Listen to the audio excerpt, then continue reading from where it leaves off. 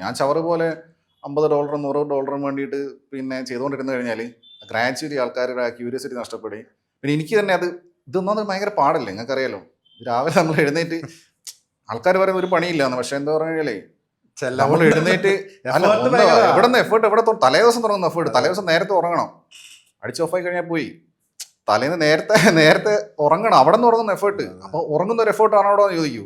സ്ഥിരമായിട്ട് ലേറ്റ് ആയിട്ട് ഉറങ്ങുന്ന ആൾക്ക് നേരത്തെ ഉറങ്ങുന്ന ഒരു എഫേർട്ട്. തീർച്ചയായിട്ടും അത് കഴിഞ്ഞ് പിന്നെ രാവിലെ എഴുന്നേറ്റ് കുളിച്ച് ഡ്രസ്സപ്പ് ചെയ്ത് നമ്മളവിടെ എത്തി. വണ്ടി പാർക്ക് ചെയ്യാൻ തന്നെ ബുദ്ധിമുട്ടാണ്, കാരണം ഇവർ ഭയങ്കര ശല്യമാണ് വണ്ടി പാർക്ക് ചെയ്യാൻ പറയുന്ന ആൾക്കാർ. എല്ലാ തിയേറ്റേഴ്സിലും ഇല്ലേ, കൺജസ്റ്റഡ് ആയുള്ള തിയേറ്റേഴ്സിൽ.